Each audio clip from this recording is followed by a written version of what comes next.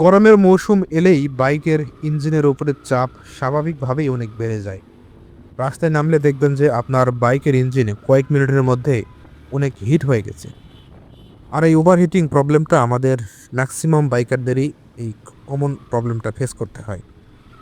তো এর ফলে যেটা হয় যে বাইকের কম্প্রেশন কমে যায়, মাইলেজ কমে যায়, পাওয়ার কমে যায়, এমনকি লং টার্মে ইঞ্জিনের লাইফও অনেক কমে যায়। তো আমাদের কিছু ছোট, ছোট ভুলের কারণে এই ওভারহিটিং প্রবলেমটা আরো বেশি হয়। তো আজকের ভিডিওতে আমরা জানার চেষ্টা করব যে ইঞ্জিন কেন ওভারহিট হয় এবং এটার সমাধান কি? তো চলুন ভিডিও শুরু করা যাক। আমরা যখন জ্যামের মধ্যে বাইক চালাই তখন হাফ ক্লাচ ধরে বাইক চালাই অথবা ক্লাচ ধরি সারি এরকম করি। তো এতে করে যেটা হয় যে ক্লাচ প্লেটের মধ্যে ফ্রিকশন বেড়ে যায়, ঘর্ষণ বেড়ে যায়। আর এর ফলে অনেক তাপ উৎপন্ন হয় যেটা ইঞ্জিনের মধ্যে ছড়িয়ে যায়। আর এটা হচ্ছে একটা মেইন কারণ হচ্ছে ওভারহিট হওয়ার সবথেকে বড় একটা কারণ। তো এর সমাধান হচ্ছে যে আপনি যখন বাইক চালাবেন, জ্যামের মধ্যে যখন চালাবেন তখন ১ নাম্বার অথবা ২ নাম্বার গিয়ারে চালানোর চেষ্টা করবেন। তাহলে আপনাকে প্লাস কম ধরা লাগবে। আর যদি গাড়ি স্টপ থাকে, জ্যামের মধ্যে গাড়ি বন্ধ থাকে, অনেকে ক্লাচ চেপে ধরে দাঁড়িয়ে থাকে। এটা করা যাবে না। আপনি ক্লাচ ছেড়ে দিয়ে নিউট্রাল করে দাঁড়িয়ে থাকবেন। আশা করি এটার সমাধান হয়ে যাবে।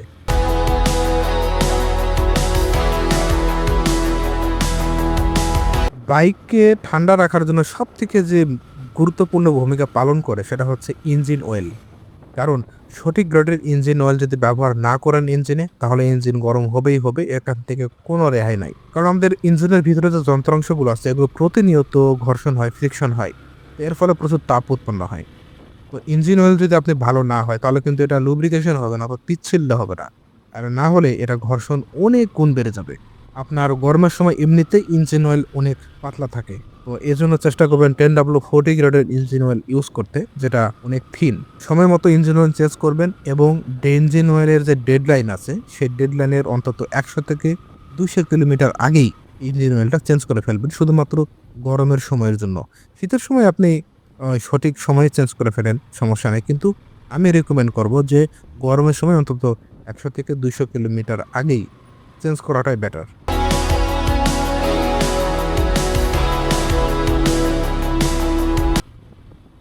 এয়ার ফিল্টার নোংরা থাকলে ইঞ্জিন শ্বাস নিতে পারে না। আমরা যেরকম শ্বাস নেই, আমাদের বাইকের ইঞ্জিনও ঠিক একইভাবে শ্বাস নেয়, সেটা এয়ার ফিল্টারের মাধ্যমে। তো এটা যদি নোংরা হয় তাহলে কিন্তু সে পর্যাপ্ত পরিমাণে বাতাস সে নিতে পারে না, অক্সিজেন নিতে পারে না। এর ফলে যেটা হয় যে কম্বাশন চেম্বারে যখন দহন প্রক্রিয়া হয়, অর্থাৎ আমাদের তেল যায় যখন ওখানে পোড়ে, তখন কিন্তু অক্সিজেনের কম থাকার কারণে সে সম্পূর্ণটা পোড়ে না। তো অর্ধেক তেল পড়ে অর্ধেক থেকে যায়। তো এতে যেটা হয় যে অসম্পূর্ণ বার্ন হওয়া জ্বালানি ইঞ্জিনে বাড়তি হিট তৈরি করে। তো এর সমাধান হচ্ছে যে আপনি প্রতি ১০০০ থেকে ১৫০০ কিলোমিটার পর পর এয়ার ফিল্টারটা পরিষ্কার করবেন।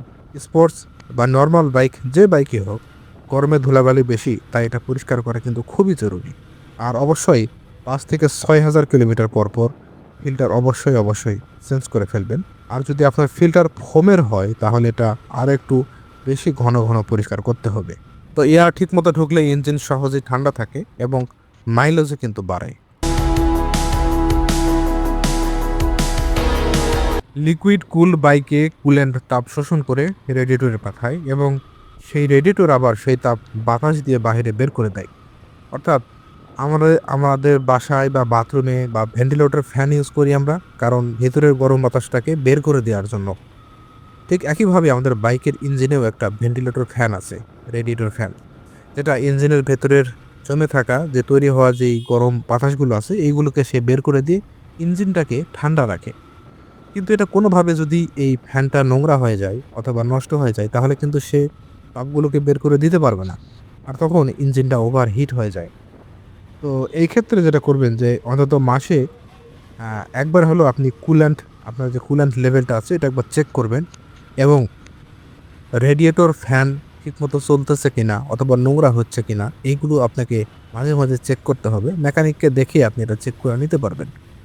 তো বাইককে ঠান্ডা রাখার জন্য সবথেকে পাওয়ারফুল এবং সবথেকে বেশি যেটা গুরুত্বপূর্ণ সেটা হচ্ছে এই রেডিয়েটর ফ্যান। এই ফ্যানটা অবশ্যই এটাকে চালু রাখতে হবে। কোনোভাবে নষ্ট বা বন্ধ হয়ে গেলে বা নোংরা হয়ে গেলে কিন্তু আপনার ইঞ্জিন হিট কোনোভাবেই কমাতে পারবেন না।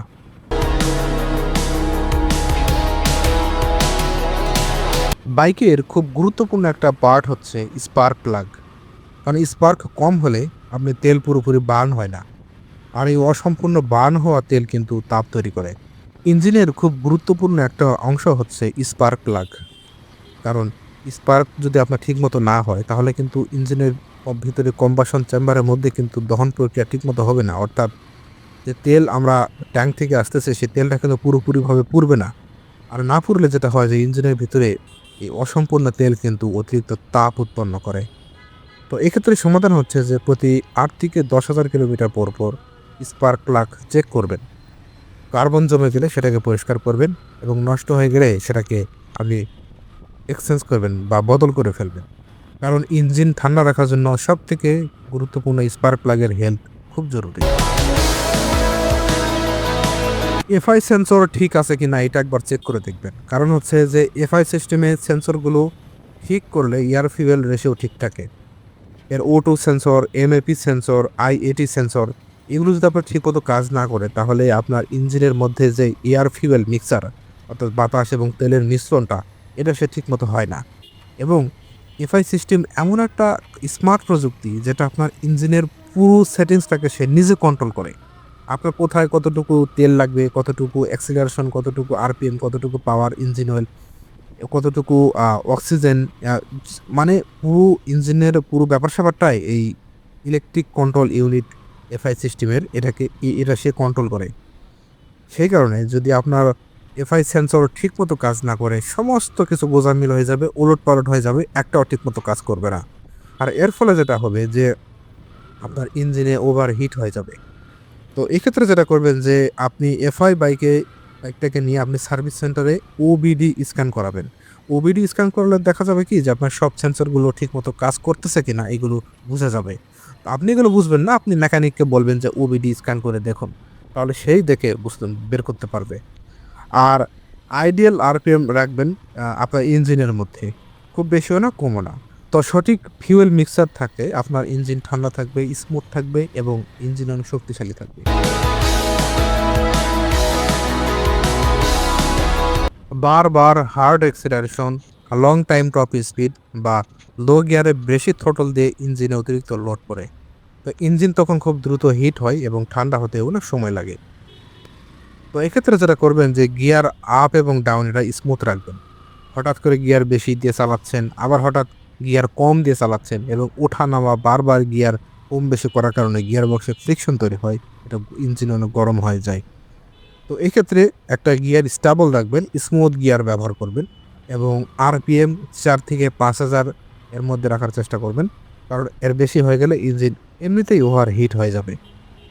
আর লং রাইডে গেলে আপনি প্রতি ১ ঘন্টা পর অন্তত ৫ থেকে ১০ মিনিট একটু রেস্ট করার চেষ্টা করবেন ইঞ্জিনটাকে ঠান্ডা করার জন্য। তো শেষ কথা হচ্ছে যে গরমে ওভারহিট ১০০% কমাতে গেলে আপনি যেটা করতে হবে যে সঠিক গ্রেডের ইঞ্জিন অয়েল ব্যবহার করবেন, এয়ার ফিল্টার পরিষ্কার রাখবেন, কুলিং সিস্টেম ঠিক রাখবেন, এফআই ঠিকমতো কাজ করতেছে কিনা এটা চেক করবেন এবং রাইডিং স্টাইলে অনেক পরিবর্তন আনবেন। কারণ রাইডিং স্টাইলেই কিন্তু আপনার ইঞ্জিন ভালো থাকে। তো তো আজকের মতো এ পর্যন্তই। পরবর্তীতে আবারও কথা হবে নতুন কোনো টপিক নিয়ে। সে পর্যন্ত ভালো থাকবেন, সুস্থ থাকবেন। আল্লাহ হাফেজ।